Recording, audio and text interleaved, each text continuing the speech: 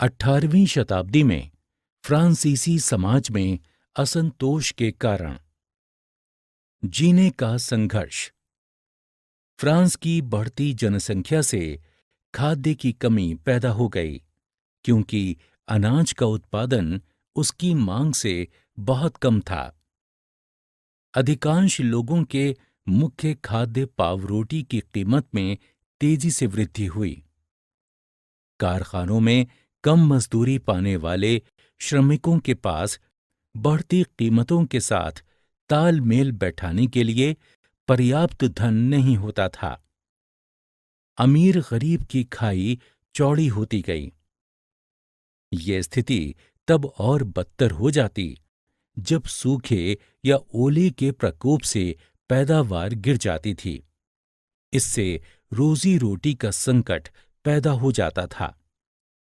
ये एक चरम स्थिति थी जब यहां तक कि आजीविका के मूलभूत साधन भी संकट में पड़ जाते थे। उभरते मध्य वर्ग ने विशेषाधिकारों के अंत की कल्पना की। किसान और कामगार।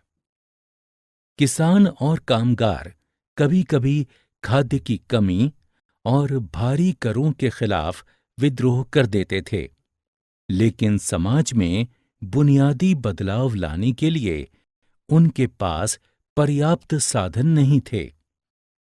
इस समय फ्रांसीसी समाज में एक अमीर सामाजिक समूह मध्यम वर्ग उभर रहा था। इस श्रेणी में वकील और प्रशासक पढ़े लिखे लोग थे।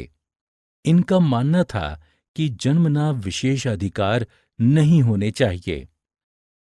लॉक और रूसो जैसे दार्शनिकों ने स्वतंत्रता, समान नियमों तथा समान अवसरों के विचार पर आधारित समाज की कल्पना की। फ्रांसीसी दार्शनिक मॉन्टेस्क्यू ने सरकार के अंदर विधायिका, कार्यपालिका और न्यायपालिका के बीच सत्ता विभाजन की बात कही।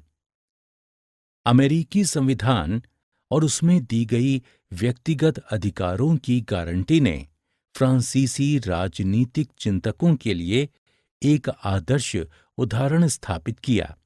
ये विचार तेजी से फैले और उन्हें फ्रांसीसी जनता से समर्थन मिला।